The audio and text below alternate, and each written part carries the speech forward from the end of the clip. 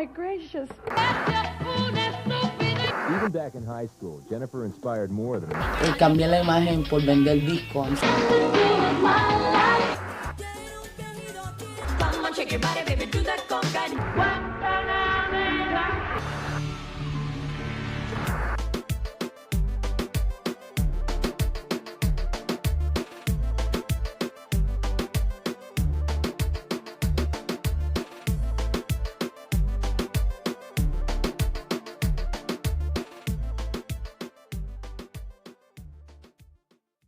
What's going on? Welcome to Growing Up Latina. I am your host, Alyi V, and today I have a special guest.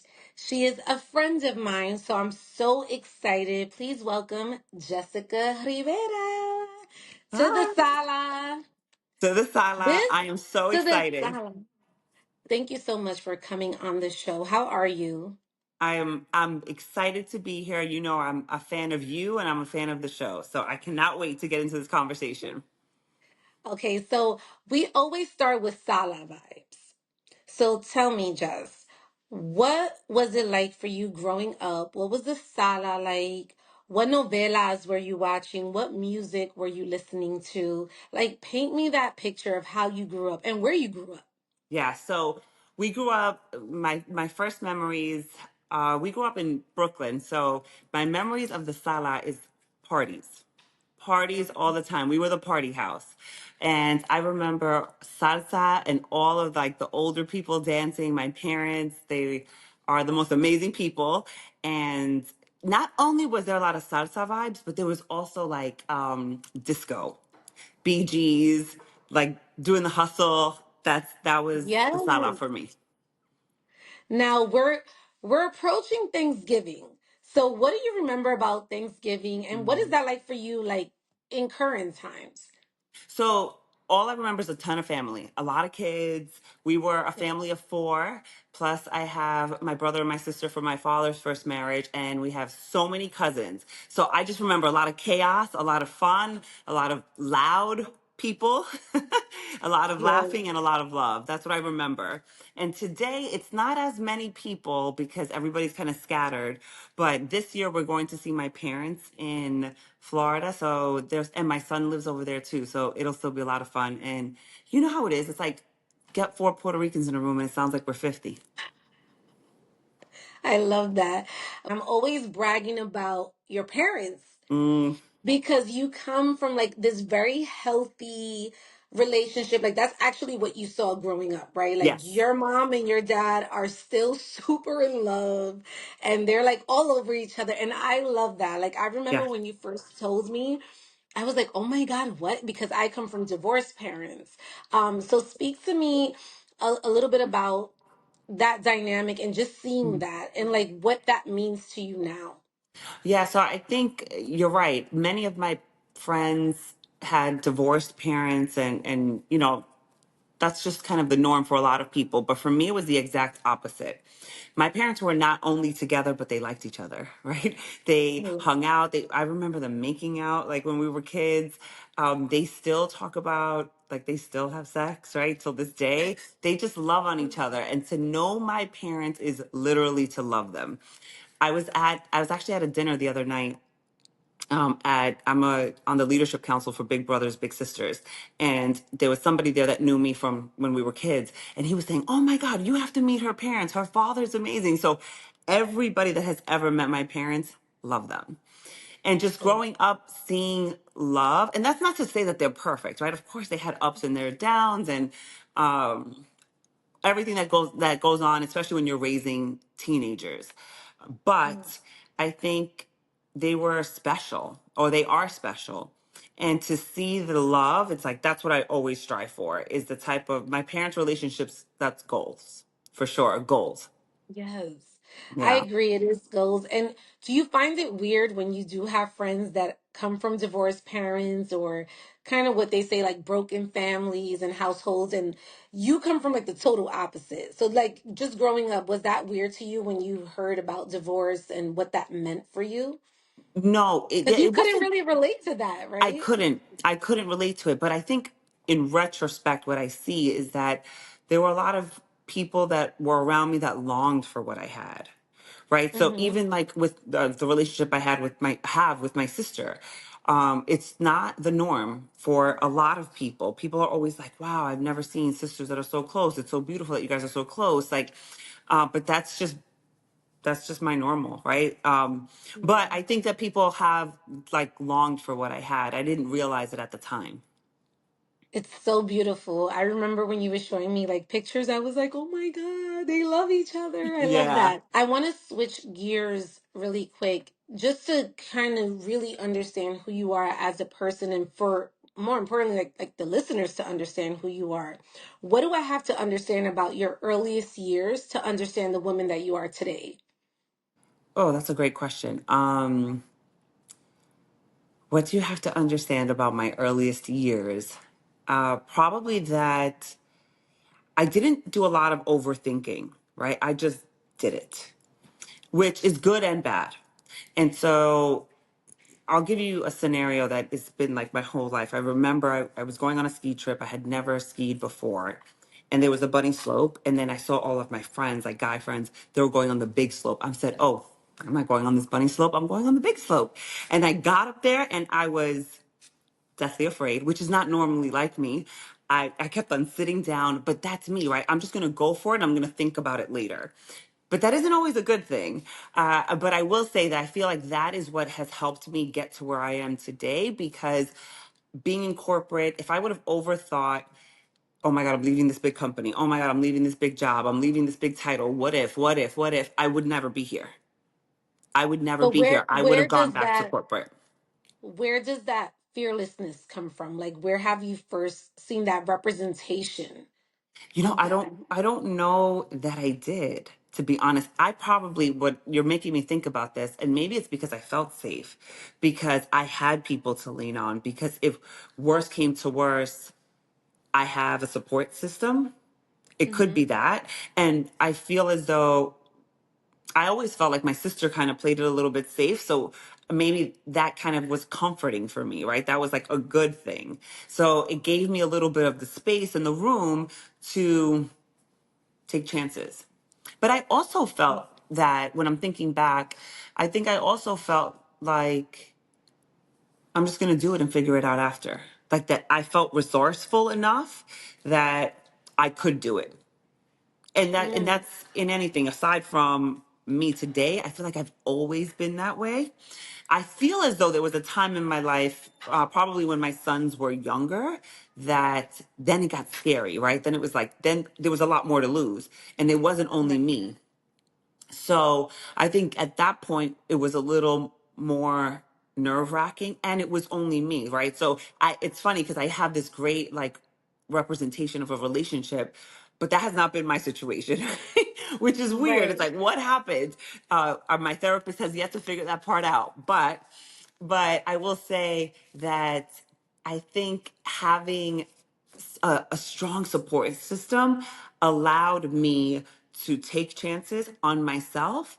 But I also think there was a burning desire that felt like I got me. You know what I love about this? So many things to unpack. Hold on. So many things to unpack here because for one, which I've always told you, even when I speak to you, you have this confidence Mm. that I love. And that to me is something that anybody that has that level of confidence, you can go after your dreams. You can go after it unapologetically, right? But then there's also like the support because you do, to be fair, you do need some sort of support system to kind of lean on. Um, but then the other interesting thing that I just heard, and I feel like I can relate this back to even my sister is the fact that you do have kids, right? And my sister was like that. She was the type of person that she would always go on roller coasters growing up. She was like the fearless one and Me she would just too. right. And then the minute she had kids, it was like, I'm not gonna go on a roller coaster. I'm like, and her name is Jessica. My sister's name is Jessica. And I'm like, Jess, what do you mean you're not gonna get on a roller coaster? She's like, no, girl, I have kids now. I gotta think about our future. I'm like, girl, but you've always went on roller coasters. Like this Yeah. is weird. So I do feel like you have this nurturing kind of safeguard that you have to put up, but where does that confidence come from, more importantly? Yeah, let's Because talk about that. Let's talk about that I'm because intrigued with that. yeah, I'll say this. I was blessed to have a father who, you know, especially like Latinos, right? Very machista, right? Like they he wasn't like that though. My dad was kind of like, he had a little bit of it or has a little bit of it, but he was more like a hippie, right? So he was like Hmm. love and peace and blah, right? And he was like, everything was on the table. We can talk about anything. And he would always be like, "Oh my God, my girls are so beautiful. My girls are so beautiful. Yeah, go out, go do this, go do that, go have fun." And I think that gave me a level of confidence on the inside. Now, I will Hmm. say, many people have told me, even when I wasn't confident, "Oh wow, you walk into a room like you own it. Oh wow, you come off so confident." Even if I was dying on the inside, there was something on the outside that had me walking into a room like I owned it, which I was in business to business sales, so that really helped me.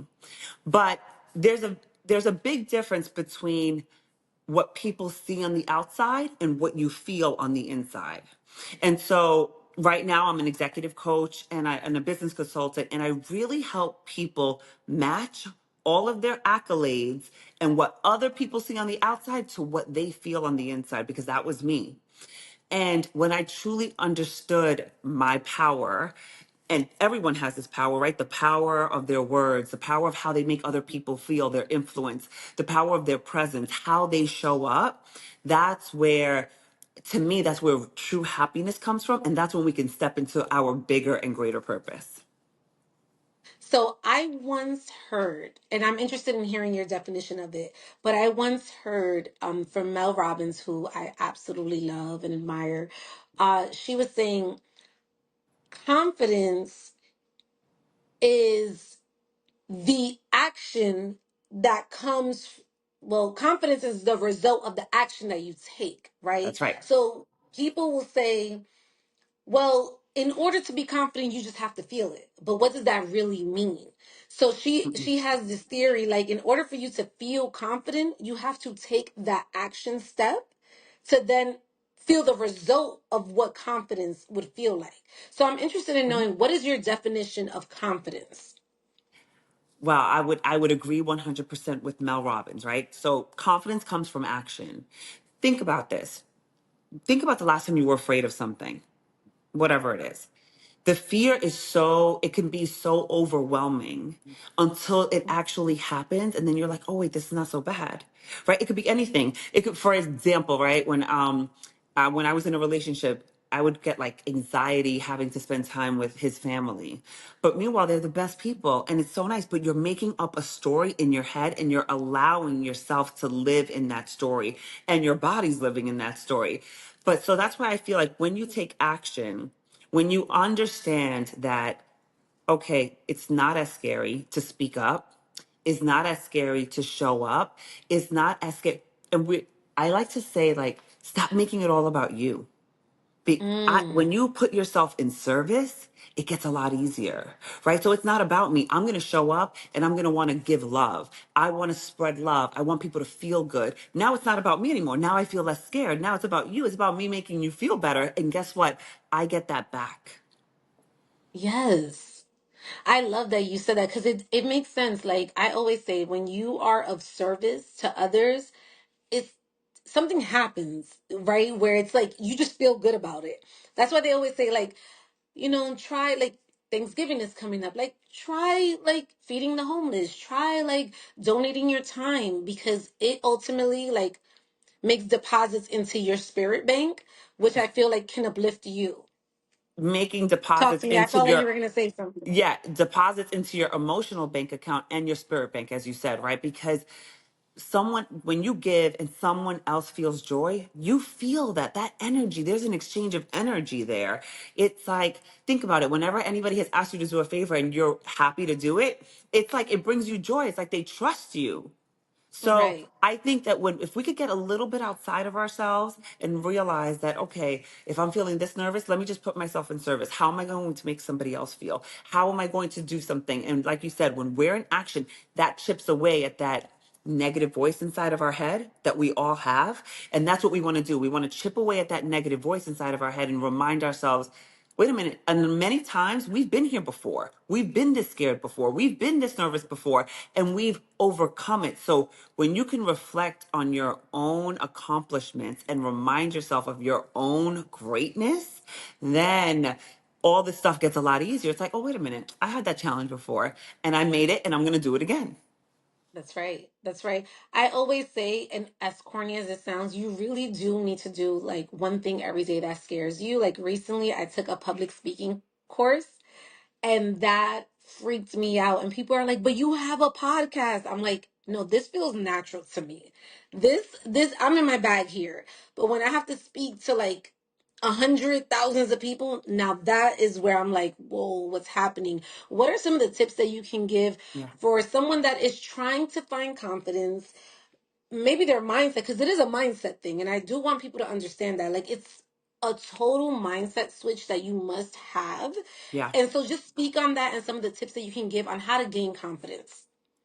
Okay. So for, and I don't even know if you know this, right? But I was terrible at public speaking. I was horrible at public speaking. I wouldn't even give a toast at a family function. Like it was I that cannot bad. even believe that, Jess, It was because that you're bad. so good at it. No, no, Really? no. It was so bad. So the reason I got better at it is because I needed to climb the corporate ladder. And in order to do that, you had to speak on stages. You had to lead your team. You had to speak to, you know, up and down and across the organization. And so I had no choice. Well, I had a choice, but I had in my head, I had no choice, right? This is what I wanted to Right. do. And so I did little things like speak at church, like just give myself little tests. I would volunteer for things that would scare the living daylights out of me, to your point. But I think when we think about it, we're all an expert at something. There's something that you've been doing for so long that you could speak on, right? So if you've been married for 20 years, you could speak about being married for 20 years. If you've been single for 5 years, you could talk about what it's like being single for 5 years. Like, oh, if you've been doing this job, whatever it is. I say start easy and start slow. So start with what you do all of the time. Speak about what you know Right. about, because where people make mistakes is they speak about like, oh my God, I love what Allie does. So I want to speak about that. No, you're not an expert at that. So speak about what is easy for you to talk about, what you naturally already do. So that's the first one. The other one is really think about what's going through your mind before you step on that stage or when you get nervous, because typically you're afraid of being judged, you're afraid of saying the wrong thing, you're afraid of looking dumb, you're afraid of being perfect, you want to be perfect, right? All that Right. that's going on in your mind, that's where you have to just say, okay, wait, this is an old story. This is an old story. This happened, this story that's being told in your mind probably happened to you when you were like a little kid, right? And so I was just on a stage talking about public speaking, giving my 5 tips. And what I said, this one, like one of my fears was that I wasn't smart enough. One of my fears was that I wasn't smart enough. And that Really? came from as I did the work on myself. I'm like, where does this come from? And it literally went all the way back to how I was like 3 or 4 years old, where my grandmother was like, why don't you read like your cousin? And then literally from that, it was like this situation. And then I fed this story to myself. Mm. And so I had this That's interesting. So I Uh-huh. had this narrative about me that I was not smart enough. Now my sister's uber smart. My brother was really smart. I had friends that were like AP classes, and me, I was just getting by. So I almost made myself the fun one because I didn't believe I was the smart one. And so Mm. I would challenge you and the audience to figure out, what story are you making up in your head about you that you need to begin releasing?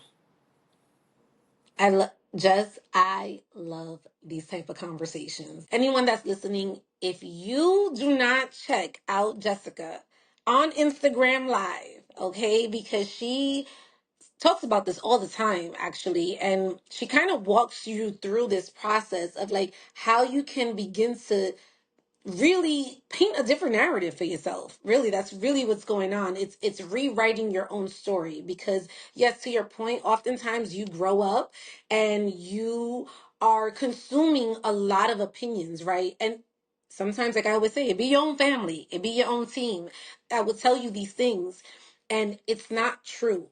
It's only true if you believe it. That's But if right. you don't believe it, then it's not true.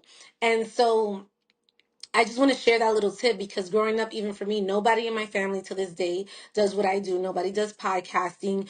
And when I actually stepped out to do this, I had a lot of opinions coming in and a lot of you can't do this, you can't do that, you can't. And I had to form my own community that empowered me, That's right. and I will encourage anyone that's listening to form your own community. So do not believe the naysayers or the negativity. Like, form your own community where you can really feel empowered to do, Yeah, you know? I think the other part is like I don't even like I think my grandmother's a great example, right? Like she didn't mean to hurt my feelings. She didn't mean to like make me feel like shit. She was probably just saying like, "Hey, like she reads really good. Why can't you read like her?" Right? That I don't think that it's necessarily like this, oh, she was trying to shit on me type situation. But what I do think is that we are so used to, like you said, accepting others' opinion and then making it our own, that there's a lot of fog there, right? And Yeah. you need to be your own best advocate.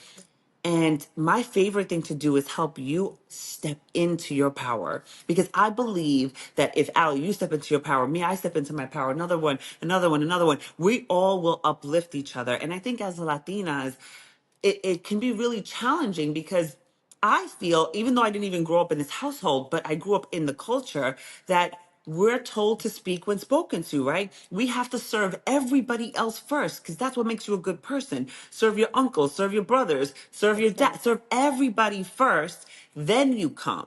And that is so ingrained in our DNA that it feels good. It actually Hmm. feels good to serve everybody else because were that's what everybody around us, every woman around us has done. And I'm not saying that that's a bad thing. What I am saying is that it is important for you to figure out what you believe in and what you want for you. And when you can Hmm. serve people out of your saucer and not your cup, then that's when you can truly serve without being resentful, without being aggravated, without feeling like all that angst inside of you. That's when, to me, we can truly serve the right way. Agreed. And I will also, if I can piggyback off of that, also asking questions is very important. I feel like us as Latinos, we grew up in an environment, and some of us, maybe not all of Yeah. us, right? Where we grew up where we're told not to ask questions, right? Like I Well, could do as never I say ask and not my as I mom. do. Do as I Right, say and not exactly. as I do. And we have literally Exactly. accepted that from everybody. And that's what the Bible tells us, That's right. right? I grew up Catholic, and that's what Catholicism tells you. Um, don't ask any questions and just have faith. And I do believe in having faith, but I also, and that is the very first place I started truly, truly growing is when I started questioning every single one of my beliefs. Like, am Mm. I smart? When I started questioning every single thought that I had, like, is this true? But then what And answers did you come up with? Like rarely what they was your are true. Rarely they are true. When you're making up, so okay, let me give you a really hard and good example. So, um, I have my son's father, and he would always tell me how much he loved me, but then also not do things that showed that he loved me in the way that I needed him to. And we would right, get into these battles, like, I love you, and I'm like, you don't love me, right? Like that, you know. right. Yeah. And the realization I came to is that he does love me in the way that he can love me. That doesn't mean that I have to accept it. And that doesn't mean that it's for me. But maybe that's all he could give me. So Mm. I could accept that, oh, he did love me in the way that he could.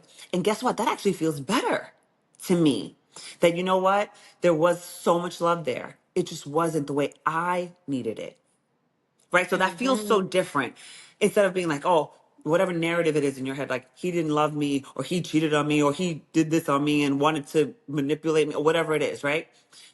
So I think that when we accept and question all of the thoughts that we have in our head, then we can truly open up and step into who we really are. And meaning connecting the brain with the heart brain and with the gut brain. So we have three brains, right? And oftentimes, especially when you're in survival mode, like I have been in the past, where I'm only in my brain. I'm only in this brain. And it's hard to make decisions because the heart brain and the gut brain are often fighting with the brain. Now, is the heart brain and the gut brain, that's an emotional sensory, right? Like that's your emotional brain talking, or like break that down for us. Yeah, so it could be your body. So for example, okay, let me give you an example. Um, have you ever been around someone and your body is like, "Ugh," but you're like, you have Yep. to be nice. You want to be nice, right? Because we're taught to be nice, and Yeah. well, let him, instead of like you're like, I want to get the hell away from here, get out of the elevator, get out of whatever, right? And then at the end, you're like, damn, I knew I should have left. Right. That's because your Yes. brain was not connected to this, right? Mm. So usually the right one is the gut, typically, right? The gut is almost always tells you what the right way to go. But when these three are fighting, then you rarely make the right decision. So for me, I meditate, right? I work out, I do breath work, I do all of the things. And I'm not saying everybody needs to do all of the things. I'm saying that that's what I do because I want to be fully in tune with my brain, my heart brain, and my gut brain. Because when you're doing it solely heart, you can get hurt. When you're doing it solely brain, then you're making defensive decisions, right? But when you're doing it with your gut will tell you first, and then you're like, okay, yeah, this feels right. Yeah, this feels right. And then your brain will help you make logical decisions. That's what I Hmm. believe. And actually, there's neuroscience that can back this all up. So they can go ahead and Google it. No, I definitely believe that. I want to touch into the breath work. I spoke about it on a previous episode when I spoke to Lumi D, and that was the first time I ever introduced the audience to breath work. Um, I got introduced to breath work ironically through my GYN doctor.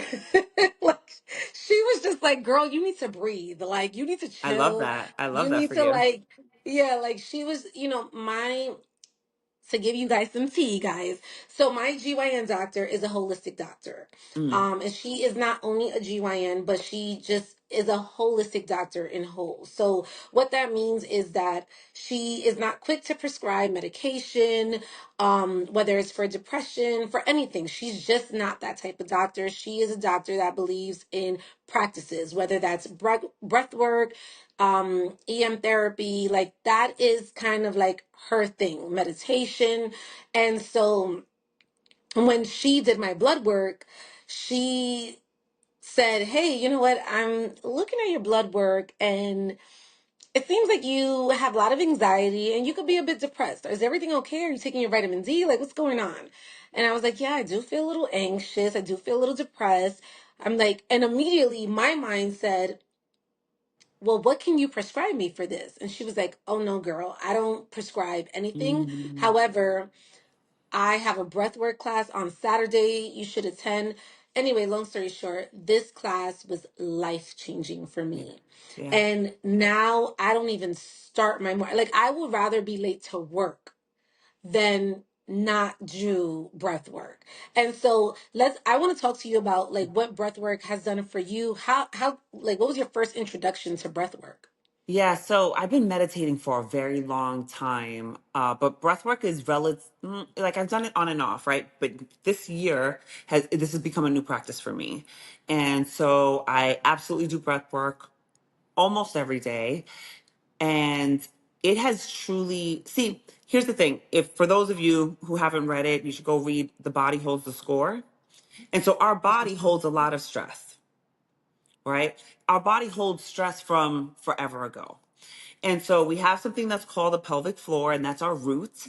And the stronger we can make our root, the more we can respond versus react. And so I Mm, was a reactor, right? I had young kids, I had a lot going on, and like things would literally it was almost like I had this rage inside of me that I couldn't control. And for anyone who feels like that, you know that that does not feel good. And Yeah. so as I started doing the work on myself, and a lot of that came through pain, right? When we sometimes we need pain, many times we need pain in order to figure out, okay, something has to change. And I had been in therapy, and I started like breaking things in my house, right? So I remember one day I threw something and it like bounced and shattered my oven door. So it would cost me money, and I didn't want to spend money in like that anymore. So, so that's when I really figured, okay, well, let me start meditating, and meditating was great. And then I started working on my communication. I started working on all of these things, but this breath work part, oh, I feel like I literally can feel the energy releasing from my body. And so I think people should start with that book, The Body Holds the Score. And then if they want to move into a deeper book, I love the book from Joe Dispenza called Becoming Supernatural. I love Joe Dispenza. I Yeah. think he's absolutely genius. Um, when you do breath work, is this um is this an app that you're using? Are you doing it solely on your own? Like, what does this look like for you? So I do it on my own, but then I also do it. I go to classes, like the one probably you went to, and then Yes. I work with a healer who I meet with probably 2 to 3 times a month, and she'll give me like different practices. I love this. I But the love truth this. is, nobody needs a healer, right? Like, you Right. can get every breath work practice online. You don't even need, like, it's for free. So if you really want to look into it, it is something that you can do. And I think it really, for me, it helps me get in touch with myself, right? I always feel, Correct. and people say, like, oh, I'm like their therapist, like my clients, but I help you get more in touch with you because you have Yes. the answers. Everybody has the answers for themselves. It's about getting in touch with you so that you're not with this outside noise, with the fog, that you are doing what feels good to you and feels right for you in the moment. I agree with that. And I would also say, like, Jessica's the type of person that you can call her with some like traumatic experience and you know all the right things to say. So I want to pivot into the art of communication and where that comes from, because that's a real skill set, right? Like, not Hmm. everybody has that. Some people, when they are discussing things with other people, you get into heated arguments, heated debates Yeah. where things can escalate. Like, people have lost friendships, relationships. I mean, people have really fallen out of some really solid core relationships because that communication part is not there. Yeah. So, how did you get into this work, and did you have to take classes? Where did you learn this from? Yeah. So thank you for asking that question. So, um, this is like perfect timing for this question because like we just came out of the election, right? And nobody likes talking politics or religion. Hmm. And I was a terrible communicator. The same way, you know, like I was terrible at public speaking. I, when I would get frustrated, or I could not articulate myself because I was so angry, I would start crying. Right? I was so mad. I wanted to like punch somebody in the face. Um, but I was in sales. As in when I got into business to business sales, right? You have to learn how to communicate, and you're dealing with all different types of people. And then when I started leading people, leading men, I inherited an all white male team, and we were all remote. um, I wanted to treat them with dignity, respect, but I also wanted them to do their job. And anybody who ever leads people, they typically say, you know, it's like, do you feel like you're babysitting? Or especially salespeople, they'll be like, it's like herding cats, right? I didn't want to feel that way. And I didn't want my people to think I felt that way. So I really dug deep, not necessarily into communication classes. I dug deep into, what do I want? What do I want you to feel when you're around me? Well, how do I want you to feel after we have a conversation, especially a tough conversation? And so what I realize is that tough conversations are not that hard. When you realize what's your intention, when you realize, okay, wait, am I activated? Because if I'm activated, I probably shouldn't be having this conversation. And when I always say, I don't want us to lose our emotions, but I don't want us to be emotional, right? So Mm. yes, it's important. I want you to show love. I want you to show passion. I'm okay with that. But when you speak solely out of being emotional, that's where the problem lies. And let's think about work. So many people will say like, I deserve a raise, or I deserve, or I, whatever. Well, do you though? Okay, perfect. Remind me, tell me. Tell me why. And it's not because you get here on time, and it's not because you stay late, because I can argue if you're staying late all the time, it could be your time management, right? So it's Right. about the impact and it's about the facts. So what are the facts and what's the impact you are making? And so, we're in these political times, or we just came out of the election. And I think that if people would just lean on that and be okay, this is the other part, be okay with whatever decision you made. So it's not about Ali, do you agree with me or do you accept my decision? It's about me accepting my own decision. And so it doesn't Mhm. matter who I voted for. You ask me, I'll tell you, because I was okay with the decision I made based on whatever facts. Where I see people get aggravated and kind of lose their shit is because number one, they want me to agree with them. Why? Mhm. What does it matter? Number two, their decisions are not made in facts. It's made in, I don't know, TikTok facts or emotions or whatever. Right. So I'm like, Whatever they heard. whatever they heard, right? So I say everybody do their own research, right? Find out and understand, is that true? And if it is, perfect. That leans more towards your argument. And if it isn't, find out something else that may help your argument. So I feel like if we could just get less emotional and stop trying to get everybody on your side, then it'll make communication a lot easier. I agree with that. And I also always say that a disagreement is not an opportunity for disrespect, right? And I think that it's okay if you and I don't agree on something, right? But I can't hear you if your voice is here. I can only hear you if you're down here. So, one of the things that I do, and I don't know if this is the right thing to do, maybe you can let me know, but whenever I am having like a heated debate with someone and I feel like they're raising their voice, or I'm like, I kind of sense that it's about to go left, I'm like, okay, let me bring myself to a lower level because I'm not in the business of matching energy. Like, I'm never going to match your energy. I will, however, be responsible for the energy that I bring into the room, but I There will you go. never match your energy. Yeah. And I do that only because in order for us to really get an understanding, if we're yelling at each other, we're never going to hear each other. So what are your thoughts on that? And because again, like you said, with the climate that we're in and with the elections, everybody's in this huge uproar, Yeah. right? But can we really hear each other during this time? Yeah, yeah. So I'll give you a funny story. So I did a workshop not too long ago, and I always say all this stuff is great in theory, right? People are like, "Yes, I got this now," right? And then we go out to the bar, and I'm like, "Wait a minute, let me ask you a question. Who, out of curiosity, zero judgment, did you vote for Trump?"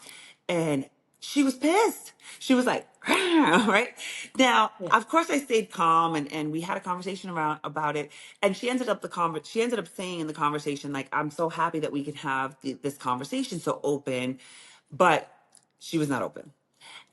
And I've had so many people tell me, oh my God, it's so good talking to you about these things because we could have a real conversation.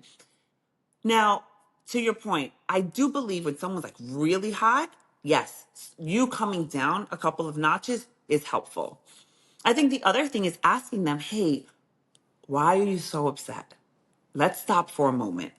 Let's stop for a moment because I want to understand where you're coming from. Why are you so upset? Mm-hmm. If you're willing to listen, right? So I have like a framework, a data framework. So it's the word is called data because I feel like if we accept these conversations as data points and not like as big emotions, then it's much easier for us to hear each other, right? So D is like discover. Let's discover your feelings. Where are your emotions first, right? Me, the one engaging in the conversation. Because if I'm also heated, well, then we probably both should walk away, right? Right, So right. let's acknowledge my emotions, their emotions, and then A, you want to actively listen. Actively listen. So what does that mean? We're listening even for the unknowns, even for what the words that are coming out of their mouth and their body language. How are they feeling? What are they doing? Let's actively listen so that you can say, you seem really frustrated. How do you want me to help you right now? What's really going on here? Well, so really like actively listen. And then you want to ask those targeted questions, like I just said, right? Okay, I hear you saying this. Is this what I'm hearing you say, right? Asking those targeted questions. And then you can finally articulate yourself. But that's not what we do. We go straight to defending, justifying, and explaining. Correct. Now, let me ask you, because so much communication is nonverbal. Hmm. So what about body language, right? Like, how do we read body language? Do we point that out in communications? Like, how are we kind of gauging that nonverbal communication? Yeah. Yeah. Okay. So I always start with self. So you want to take responsibility for you first. And so you want to ask yourself, okay, what kind of energy do I want to walk in with? Because whatever's going on in here is going to come out. If you're like, damn, I don't even want to be here, that vibe is coming in the room with you. Right? So understand Hmm. where you are. But I think as far as body language, yes, you can call it out. But you have to know where you are first. So you don't want to be like, damn, what's wrong with you? You don't want to do that. You do want Right, to say, hey, is everything okay? Because you came in here with weird energy. And that person will be like, oh, wait, really? Yeah, you came in here like you're upset. Right. So it's really about your tone, your energy, because you can easily get like this really quick, depending on where yes. you're at. Hmm. I'm And all I about taking also, responsibility, right? I'm all about oh, self for sure. responsibility. Sorry, go ahead. No, no, no. Perfect segue, because I want to talk about self and communication with yourself, Uh right? huh. I think that's so important, because in order for you to be an effective communicator, it starts with you.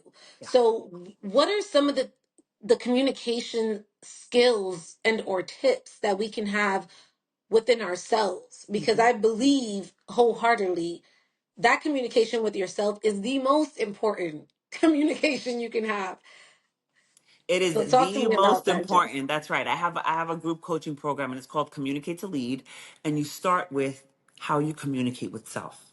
And that's the first thing we self-diagnose. And so if you wake up tomorrow morning and you look in the mirror, think, record, what's the first thing you say to yourself?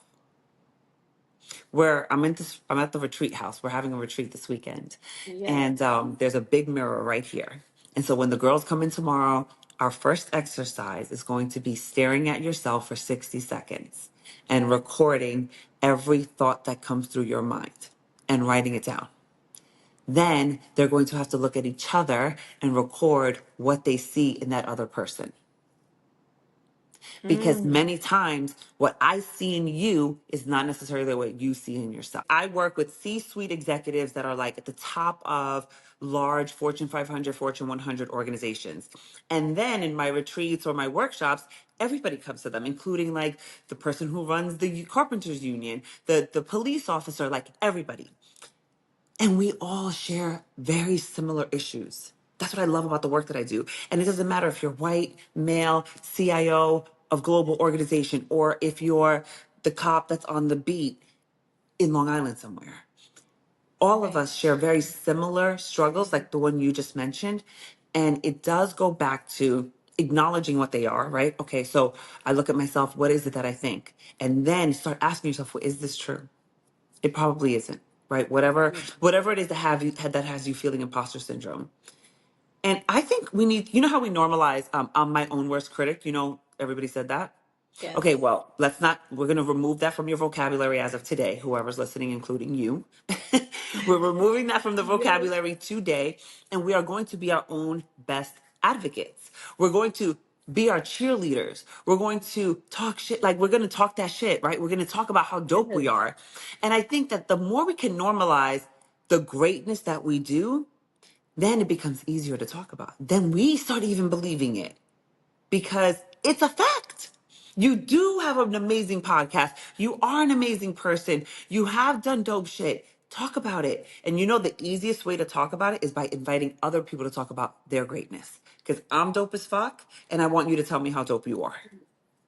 I love that. And I think also, like, just like that whole saying, like you become like the five most people you hang out with, is so true, right? Because I have a core group of girlfriends that empower me, right? So even though I may not see myself like this, and just to be clear, it's not that I don't see myself and I don't see the greatness within me, right? I do see all of those things, right? But sometimes I can be hard on myself. So like the other day, I have like a set time that I schedule my social media posts. And I don't know, I got so caught up with life, right? And I could not schedule this post. And I'm like, oh my God, I gotta schedule this post. And my friend kind of like put in like a full circle moment. She was like, what are you chasing? Like, girl, you're doing great. Relax. Like, what are you really chasing right now? Like, relax. You have a week podcast that's coming out weekly. Like, you're doing fine. But sometimes it's kind of like a you versus you situation, right? Well, at least for me, where it's like Yes. I'm not in competition with anyone else. I'm really in competition with myself. Yeah. And that's where that hard, like me being hard on myself, that's where that stems from. Yeah. Is me wanting to surpass what I did yesterday or last month or last year, right? But how do you combat that when a Yeah. person is so hard on themselves that even being their own competition can kind of like really hurt themselves instead of Yeah. help themselves? Yeah. I so let's think about this. So I love the you versus you because that's I think how it should be, right? But when we are being too hard on ourselves, so it's like this weird balance, right? Because you also know people that make every excuse for themselves, like, no, I'm gonna get no, that person probably needs to get up and like do whatever they're supposed to do, right? And we can all be that person any given day, right? It's like you continue to make it that excuse on why you haven't gotten to the gym, and it's like, yeah, boo, you just need to wake up a little bit earlier and go. Um, Correct, of and course. so it's really thinking about, okay, where am I? And is this really a big deal? Or am I just making it a big deal for no reason? Like missing a scheduled post once in a week, 3 weeks is not a big deal. Now, if you miss it for 5 days straight, that's probably a problem, right? So really, I think giving yourself grace, because when you Mhm. can give yourself grace, then it's easier to give other people grace and feel like, okay, that's only one thing. But, and it is also easier for you to recognize when somebody's like really trying to manipulate you and really hasn't done what they're supposed to do. So it's really about understanding, is this really a big deal? I got it tomorrow. I got it for the rest of the week. Giving yourself grace. Just you, one thing I love about you is like this work truly fulfills you. Oh my God, doesn't it? And It does. like we could talk about this for hours. Like this work, like for anyone that knows Jessica, like this is really like her purpose in life is like being of service to others. But what is it about your job that really keeps you going and keeps you waking up in the morning? Yeah. So, someone asked me the best question the other day. He said, "What brings you joy?" And he was texting me, and I was like, "Oh, I have to pick up this voice note. Let's see what brings me joy. So much brings me joy." And I started off with my work. My work brings me joy, because see, I think that I said it already, but I'm going to say it again, that when we get better as individuals, we make others better. Because I just want to be the example. Many times when we're on a growth journey or we're learning something new and we're changing our neural pathways, we want everybody to come. And everybody's on their own path.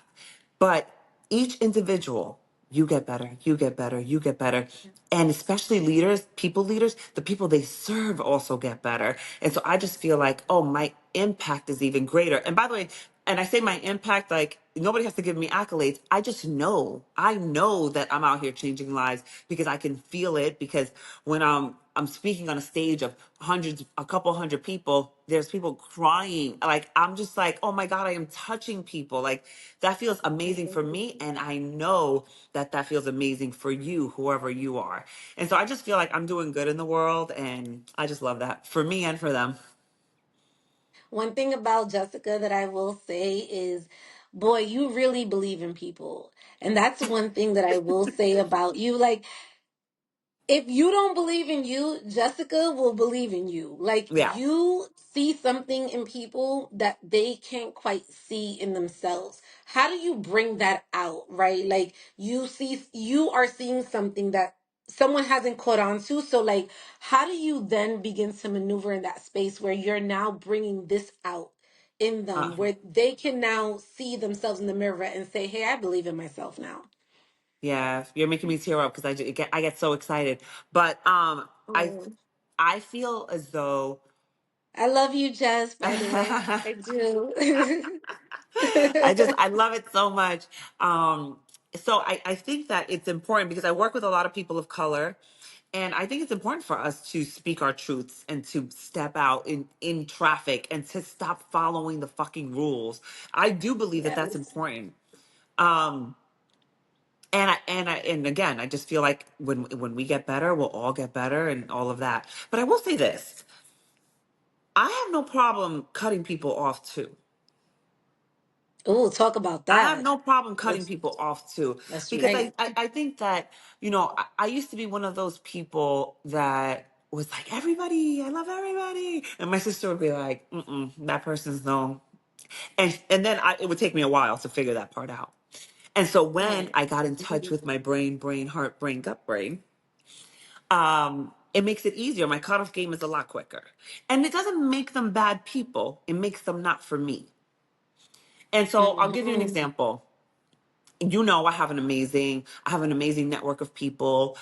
I have real friends that I grew up with that just, they have the dopest networks ever. And I take things like that so seriously.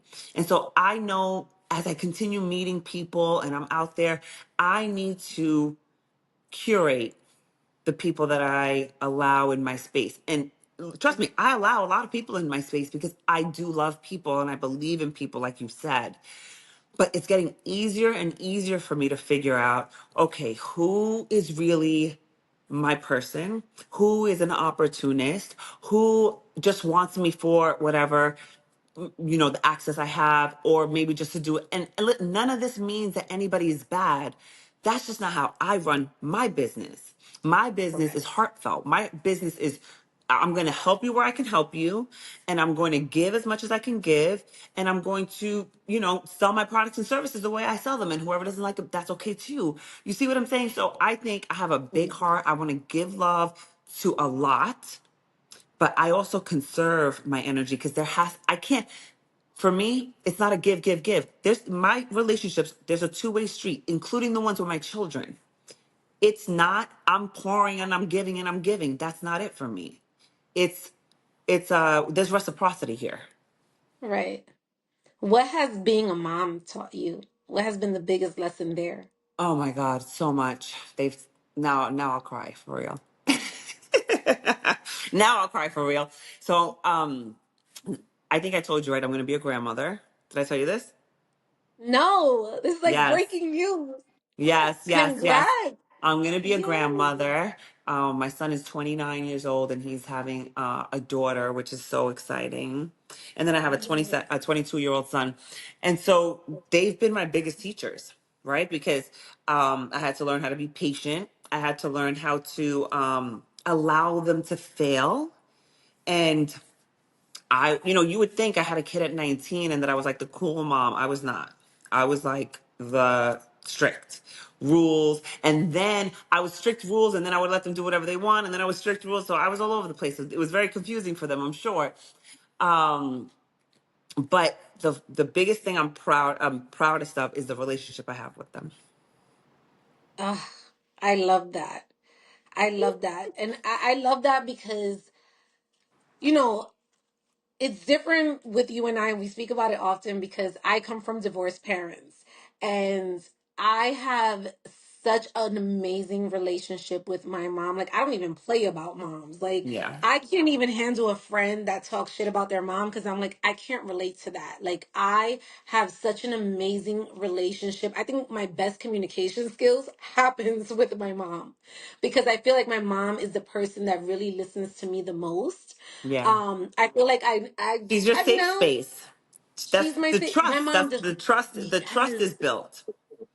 Yes, and I feel like now that I've kind of had an opportunity to build the relationship with my dad and kind of heal that relationship in this big age, now we're starting to effectively communicate, right? Mm-hmm. In a way where I can hear him, in a way where I'm no longer holding this resentment, like, why did you do this to mom? Like, now as an adult I can hear him better.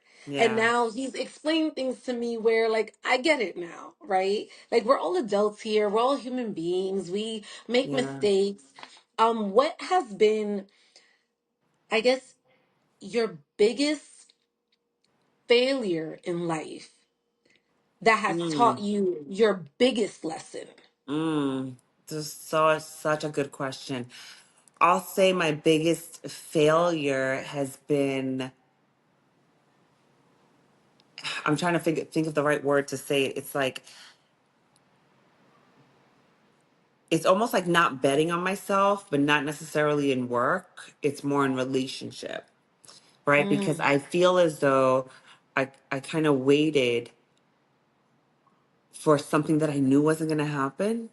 Like you had that, I had that faith, or that it wasn't even faith. It was more like I really kind of played myself, right? Like, I don't know, I can't think of a better word to say it, but like I mm, played myself knowing that something wasn't going to work out, yet I kept on going back to the well, knowing that it was not for me, that it was never going to satisfy me, that it was never going to work out. So I don't know the words to put around that, but I held on to something for entirely too long. That's probably my biggest failure, but also my biggest lesson. mm. What has it taught you? To bet That's on why. That's yourself why. more? Well, that's why that number one, it taught me to remind that brain, heart, gut. Always listen to Mhm. your gut. Your gut will never, and you will continue learning that same lesson until you learn the actual lesson, right? And so it Absolutely. taught me to stay in touch with my body and always bet on myself, because when we can release, then we allow space for the greatness. Then we allow space for what is truly meant for you. And I have been in a release season for probably this entire year, and it has felt so amazing. And I'm just like, this is what I've been depriving of myself the whole time, because I think I would release, and then I'm like, I don't know, but what about this friend? But what about this situation? What about this person? What about this job? But no, we need to release all of it, and that's So where when I've you been. say release, are you just letting the chips fall where they may? Like, what does that look like for you when you Thank say you. release? So release would mean, we're talking releasing people, releasing thought processes, releasing it all. And so what that means is not doing what we used to do. What that means is, for example, I've been going to a lot of places alone lately. I'm a like, oh, Allie, you should come with me. Oh, everybody Yeah. come with me, right? Come with me here, come with me there. Like, it's just more fun. It's more fun when you have friends, right? It's more fun when it's like, oh, last night was whatever. And I'm not even talking like going out. I mean, like networking things, like everything. And what I had decided was, I'm not saying I'm not inviting people. I do, and if they can't come, I'll go by myself. And I have made the best connections that way. I've met the most interesting people that way. And it's like, I don't really know what it is, but it's been really good. So it's like little things like that, that it's like, if you're used to going alone, maybe you go with friends, and that changes the whole dynamic, right? So it's really about doing something different and new, maybe once a month, maybe once a week, that is completely out of your comfort zone. And releasing people, for sure. It's like, that relationship, friendship is no longer for you. Just let it go. I remember one time I was going through this like horrible breakup, and it was actually a guy friend that gave me one of the best advice. And he said, do you see yourself with this person for the rest of your life? And I had to stop and think, and I said, no. And then he said, so why would you spend another second on this? That's And right. it's kind of weird when you hear it in that perspective, right? Because it is time that's being invested in everything, whether it's your job, whether it's relationship, it doesn't matter, right? Like, it is your time that is being invested. It is And your I want to time and your encourage, energy. And your energy, yes, that part, it's your energy. And I want to encourage people to really evaluate where your energy and your time is being spent on a day to day, because I think that will help you navigate through the rest of your life and what your future should look like. I feel like oftentimes we spend our energy and time in stupid shit, right? That's Whether right. it's like going out with our friends and we're drinking every week. It's like, why are we doing that? You know what I'm saying? Or where that time could be, people say, I don't have time to work out. No, you do have the Oh, time look, to look at how work out. much time you spend on Instagram. You have time to Yeah, work out. you have 100%. time. 100%. And I I always say think we the don't, realist, sorry, go go ahead. ahead. I'm sorry, Jess. No, no, go I ahead, was Jess. I was going to say we never find time, we create time. Yes, we So create time. create the time. And Lord knows we all make time for whatever it is that we want. I think the biggest eye opener for me was when Apple started giving the notifications of your screen time. I'm like, oh no. Like, I'm spending way too much time on these devices. Way too much time. By the way, I want to go back to your question about ask Talk to yourself, me. do you see yourself with this person forever? Like your Yes. friend or your guide's Yes, friend yes. told you that? Sometimes we think yes, and then I would encourage them to go one step further and say why? Why? Ooh. Now this Because goes we back into you questioning everything. I love this. question everything because we're like, yes, I love him. Why? What does he do for you? How does he uplift you or she uplift you? What value does that person bring to your life? Because if you're saying yes and this person is not bringing value to you, or, and I would ask you also, what value do you bring to them, right? So, really, Oh, again, looking at it holistically, because if you're giving that person value and they're not giving you, or maybe you're not, because I have a situation of somebody, they hear me talk all the time. They're like, you're making me think I need to leave so and so. Meanwhile, because, I speak a lot about work, but you could apply it to personal relationships. Um, correct. and I'm like, okay, but why? What have you done to work on this relationship? What have you actually done aside from complain about what this person's not doing? So I think we really have to Oh, this is evaluate. powerful, Jess. We This have to is evaluate. powerful. We love to point that finger. We love to point that finger, but it's like, okay, but what have you actually done? Oh my God. I first of all, guys, I could talk to Jessica forever, honestly. But yes, this is so true because um I always say success to me, like my definition of like, and this is just like one definition that I have of success, is what value can you add to others, right? So I remember I was in a relationship where it kind of just like went all downhill, right? Like it started off great. We were together for years. It went all downhill. And one of the biggest lessons that I learned in that relationship was, wow, I didn't really add that much value. Like everything was about Allie, Allie, Allie, Allie, Allie. And nothing was about me doing for him, me nurturing him, me providing for him. And it's like, it kind of dawned on me a year later, like, what? Like, if I was him, I would have left me too, actually. You know what I'm saying? Like, I actually would have broken up with me. Yeah, Because what, to your point, what value are you adding to the person? And I always say you cannot demand what you can't provide. that's it. That's it. You know how many people are out there and like, oh, you didn't call me, and not for me, but like in general, right? Or before, you'd be like, okay, well, you didn't call me either. Yeah, You didn't call me either. exactly. The phone works both ways, right? So it's like you want to sit here and get mad about what other people aren't doing. Boo, what are you doing? And if that person Yes. isn't giving it back to you, then what? Move on. I know I make it sound simple, but it really can be that simple. And trust me, I get it. I have emotions and all that stuff too. But I need to check myself too. And it's like, why? You really need to understand the value that you bring, because I bring a lot of fucking value in every single room I'm in every single relationship I'm in every single conversation I'm in. We're rarely talking about the weather. We're talking about what's really going on in here. And so because of that, if you're not giving me something back, what am I doing here? Agreed. And I want to know, like, because they always say, like, well, who does the therapist go to? And you're a coach. So who does the coach go to? Like when Oh, yeah. you are looking for inspiration or just some sort of clarity, right? Like, who do you run to in times where you're not feeling your best self or you're feeling down? Like, who is your core group? Who is that first person that you call?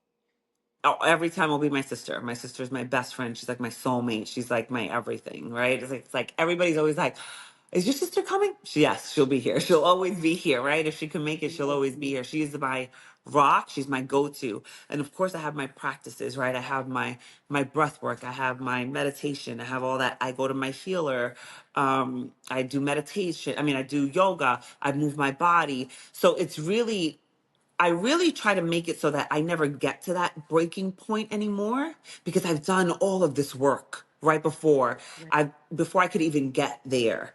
And I hold space, right? I hold space for people, and I give a lot. And in order to give, I have to have those practices so that I can show up the way I want to. Yes, yes. Tell people where they can even just sign up for a class or like just get some one-on-one time with you or any workshops that you're holding. Like, where can we get more of Jessica? Yeah, so I'm starting my new uh the new cohort for my coaching program, Communicate to Lead, where I was telling you, we start off with communicating with self, communicating with others, navigating difficult conversations.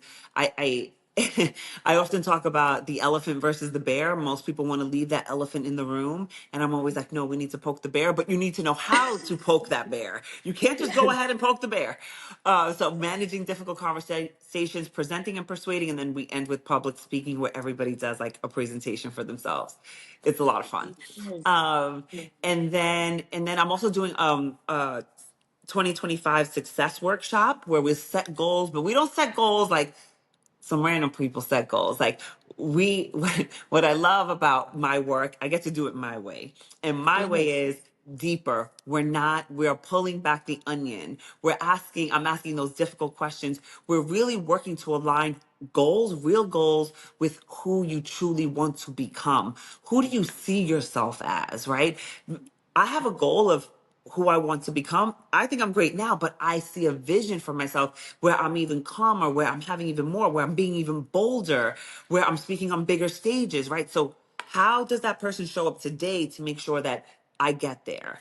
So, setting real goals. So, those are the two kind of big things that are coming up.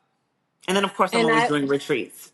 yes, and I will encourage anybody that's listening to tap in now. You do not have to wait for January 1st to make your New Year's resolutions. You can absolutely do it now, I don't and it believe in New starts Year's today. resolutions. I don't believe in New Year's resolutions. Absolutely not. No. That's not, no. I do believe in goal setting, but I don't believe in New Year's resolutions. Those are bullshit. And look at the stats. We never hold on to them. I believe in setting aligned goals and truly hitting those goals. Do you believe in vision boards? 100%. 100%. I Agreed. believe in vision boards, but you don't have to wait till January. You could do them whenever. Although I am working on a partnership where we will be hosting a free vision board workshop. So they need to come Yes. follow me because I have some stuff coming up that are paid for and some free things. Yes. Make sure you guys follow her. But I cannot let Jessica leave without doing my rapid fire questions. Are you ready? I'm ready. Let's do it. Tell me you're Latina without telling me you're Latina. Um, I'm smiling. Look, the resting bitch face. You know we know how to do Yes. it. Yes. What's your favorite Latin dish? My favorite classic Latin dish is arroz con gandules with, um, well, I like it with chicken, some kind of like whatever kind of chicken, and a maduro. Yes. Oh, so are you maduros or tostones? Oh, I love them both. I love them both. Give them to me Yeah. both. Okay. Yeah. What's one thing I'll you take need in the maduro for morning? breakfast and I'll take tostones for dinner. Yes. What's one thing you need in the morning? Coffee, coffee, What coffee, kind of coffee coffee. you drink? Starbucks all the time. Or Bustelo. Okay. What's the last movie that made you cry with laughter? It was so funny that you cried. Mm, I don't really watch a lot of movies. I don't really watch television. But I'm trying to think. I saw a comedy show. It wasn't Kevin Hart. It was Joy Coy. I You know, love Joey Joe Coy, Coy. he's funny. Yes, He's yes, very funny. yes. Yeah, yeah, He's yeah. so funny. Um, what is something you would want to work on that you have not? Something that I would want to work on that I have not. Oh, I do so much fun stuff.